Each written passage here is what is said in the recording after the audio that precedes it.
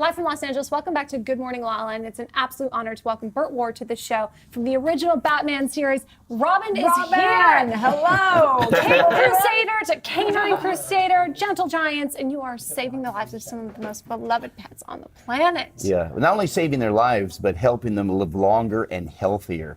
And with dogs that are now living, instead of 8 or 9 years, which is the average lifespan of a dog, we have them living up to 27 years. Right. Wow. And consistently, we're doubling their lifespan. Right. So for the people out there watching, LA is a dog mecca. Yes. And I mean, dogs, of course, around the world, people love dogs. It's their families, whatever. So we really want to talk about how do people love their pet more? How do they do? I mean, educate us, because we don't know. No one knows. They just think, I'll just go buy some decent food, take care of my dog, take him on a walk, and I'm killing my dog, like literally. Yes, yes. And it's sad because, unfortunately, it's really all about business. And it's all about money, because companies that make dog food know something the average person doesn't know, which is the more fat content you put in dog food, the hungrier it makes dogs. Welcome to my life. Okay, and if you think about the term stress kills, right? Think about it. I mean, well, let's use the example. About 6 years ago in Ohio, the man that went into a McDonald's and ate every meal in a McDonald's for a month, okay? He gained 55 pounds and almost died. Why? High fat content. So when you inject massive amounts of fat into dog food, it makes dogs eat more because they're really hungry. Toxic fat, right? Oh, absolutely. Right, it's not good fats. Okay, it's the bad fats. But where situation is that they eat more and they're always hungry because the food is also designed not to stick with them. So if you think about it, if you have something that's 100% in and 100% out, you're going to have an animal that's craving to eat more food because it's not getting the nutrition that it needs. It's like having a tapeworm in there. Right. Exactly. So in our case, what we've done, because we're actually operate nonprofit, my wife and I don't take any money from this. This is all about loving animals. So what we did is we designed a food that is truly healthy, that you don't add any fat to it, okay? And for example, one thing about fat, if you've ever felt dog food, it has a greasy feel to it, okay? Why is that greasy? Because the manufacturers found out that dogs don't like the smell and taste of fat. So when they inject the fat in it, now they got a problem. How do they get the dogs to eat it? So what they found is that after they make it, they spray the outside with chicken fat that dogs will eat to cover up the fat on the inside. And the best example, since you're really health oriented, is that you would never take bacon grease and pour it down your garbage disposal at home because you know it would ruin it. So if you wouldn't pour grease down your garbage disposal, why would you give an animal a food that every single kibble is encapsulated in grease? Wow, that is absolutely shocking. We have a look at a special video from some of your work with Gentle Giants. These days, Burt and his wife Tracy live with, get this, 50 dogs at their home in Norco, California. They're all rescue dogs. But Tara is his very special pet, and Burt credits her extraordinary long life with a dog food that he makes himself. A low-fat, non-greasy food which they sell under the name Gentle Giants. The dogs are fed 5 times a day. That's over 600 pounds of dog food, costing $14,000. $14,000 a month. So you're in Walmart. So help us out. There's someone out there, they love their pet. It's their baby. And they want to give them the best food. Can they afford this versus the other? Yes, because what our whole concept is, we don't take anything from it. People say all the time, oh, so what does that mean? You mean you just take the profits and donate to your rescue? I said, no, we don't build any profit. We sell it at our cost. And we made a deal with Walmart to bring it to people. Dog food in a pet store, if you want an all-natural food that is healthy, okay, a 20-pound bag sells for $55. A 25-pound bag is $65. Ours is 33-pound all-natural for $34. Okay, Burt, let me get this straight. You do not make, you're like this walking angel. I mean, you're way beyond. It's our charity. You know, everybody, a lot of people have charities. Ours is animals. So, but it's not just the food, it's how you care for the dog and how you feed your dog. Now, we have a website, it's called GentleGiantsDogFood.com, in which it explains how to properly care for your dog, how to feed your dog. People think, well, what's the big deal? You put the food down. No, you don't put the food down on the floor ever. Why? Because if you understand that unlike humans, dogs' bodies wear out much faster. Okay, and if a dog doesn't die of cancer or get hit by a car or something bad, their bodies simply wear out. So if you think of it this way, our secret is every stress that you can remove today from your dog's body, you can take that stress and add on to the length of their life. So in terms of food, if you have a dog, you don't ever put the bowl of food on the floor or the water. You elevate it. And there's a specific height for every dog, such that when they come over to eat, they only tilt their head down. Because if you put it on the floor, the dog goes down to eat the food, stands up and chews, down the food, up and down. You're wearing the dog's body out.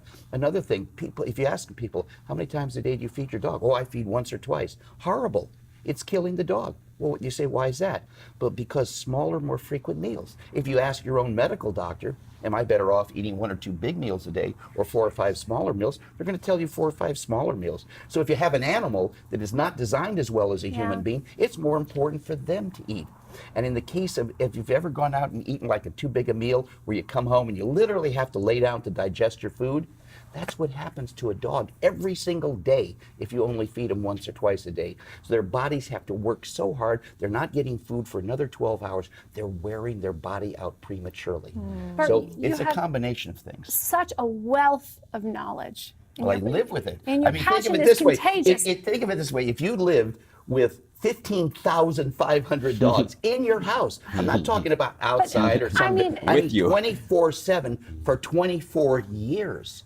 But why? You have to learn. But why do that? What was the catalyst for this when you and your wife said, you know what, we're going to open up our home to over 15,000 animals? Right. Well, what the catalyst was, when we moved to where we live in a city called Norco. It's a suburb of Riverside where it's very animal friendly.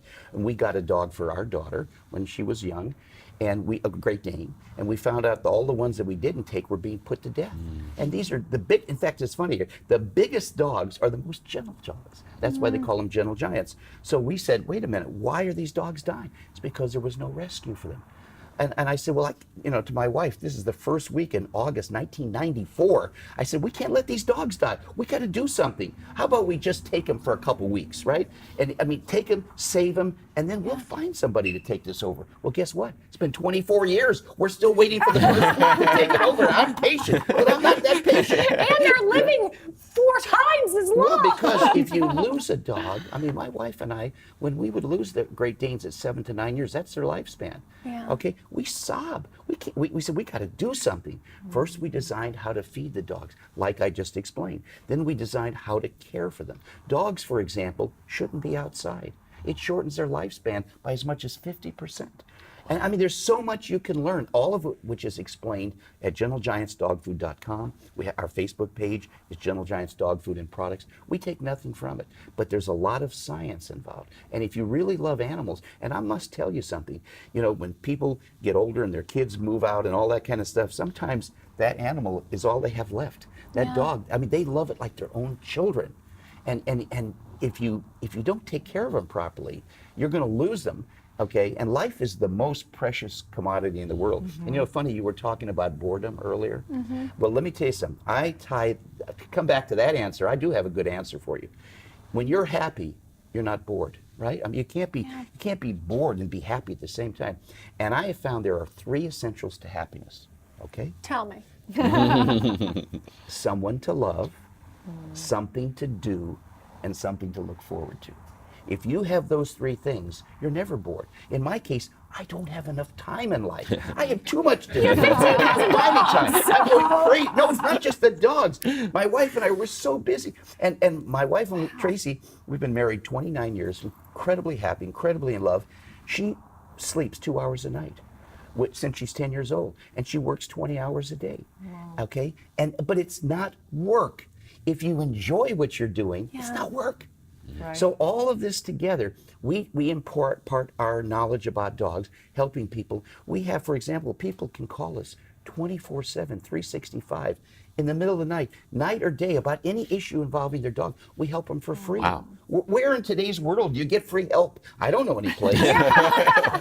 So we are just so touched by what you guys are doing in your work, and we want to, for sure, spread the word in every way we can of supporting this. Thank you. But we also want to talk about Robin. We want to hear absolutely. about I have 2 movies out from Warner Brothers do? right now. Yes. about those? New Okay, let's movies, hear about that. Okay, so the first one came out about a year ago. It's Batman: Return of the Caped Crusaders. It's animated with my voice as Robin, Adam West's voice as Batman, And it's great. It's wonderful. Hour-and-a-half feature. It's based on the series that we Wait, did. but rewind, because people watching right now don't know. They might not know. Like, you were the original Robin. So tell us about that. There was a lot of competition. There was 1,100 young people, men that were trying out for this role. 1,100. Wow. And when they selected me, the producer said to me, his name was William Dozier, executive producer. He said, "Burt, would you like to know why we selected you to play this part?" And I said, "Yes, sir, I would." And he said, "The reason we selected you is because in our minds, forgetting television,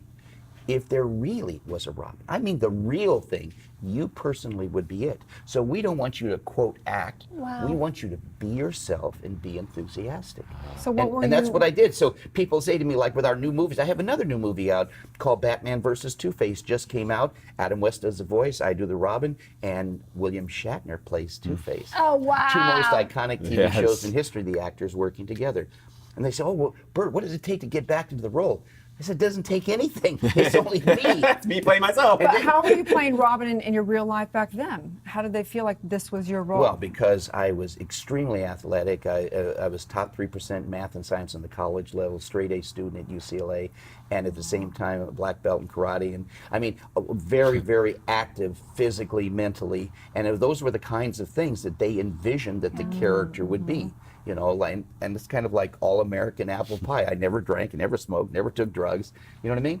It was not your typical, person in show business. And as a result, I've stayed very healthy, very happy.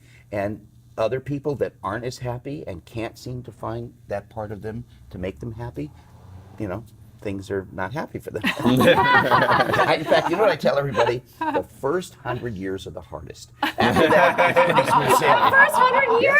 It's like making the first million. That was the hardest. You've mastered it. We're going to try and take a look at this in some of your work as Robin.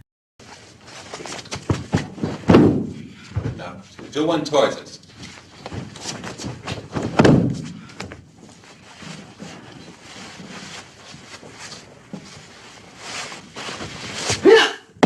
Holy nightmare! Holy demolition! Holy Merlin the magician! Holy Long John Silver! Holy Captain Nemo! Holy Polaris! Holy heart failure! Holy almost! Holy Glowpot! Holy sardine! Holy hallucination! Holy horseshoe!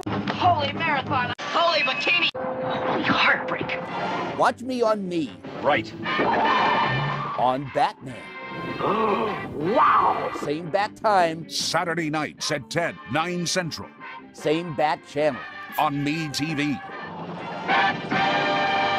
Wow. That was by far my favorite childhood show. No, hands down. I used to race home from school just to watch that Well, show. there was something for everybody in our show. For kids, it was the hero worship. I mean, who wouldn't want to ride in the Batmobile, fighting his villains, climb the walls? For the adults, it was the nostalgia of the comic book that they remember as a child.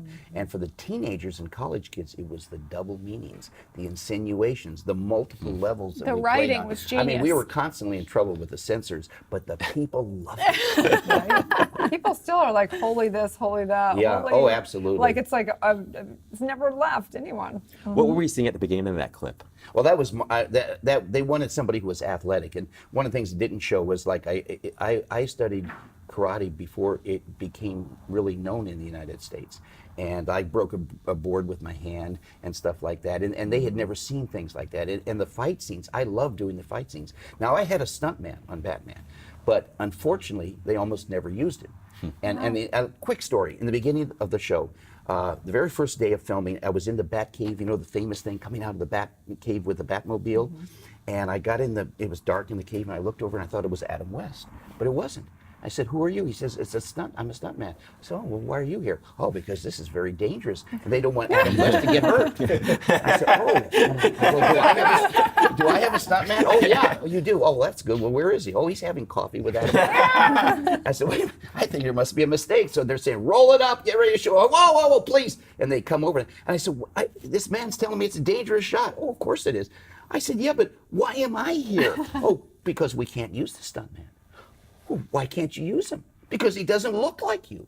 Oh. "Well, why would you hire him to be my stuntman if he doesn't look?" Couldn't find anybody else. Right? So as a result, I did a lot of my own stunts. Okay, there were a few things like the the choreographing of the fight scenes, because it took days to do a 30-second fight scene. Believe it or not, there's so much with tables on. So they used the stuntman for that. But they had a policy on Batman, if it was ever really dangerous, always use Burt.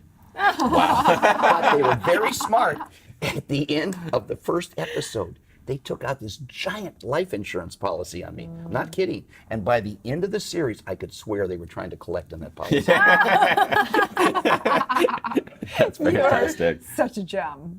I mean, honestly. Well, it was fun. It was doing, and you know, people love it. And there may be some new stuff coming out I can't talk about yet. But we're excited. Yeah. It's, Well, we're excited to follow you in your journey, and gentlegiantsdogfood.com. Thank you for all the work you're well, doing. it's our charity. Your We heart. love dogs. And you know, as I want to say one last thing, life is the most precious commodity there is. And we all should not only celebrate it, but do everything we can to extend it and promote it and treat it with respect. Amen. Wow, Thank you so so much. beautiful. Thank you so Thank much you, for Burt. all your Stay work. tuned. We'll So be back nice. with more on Good Morning La La Land.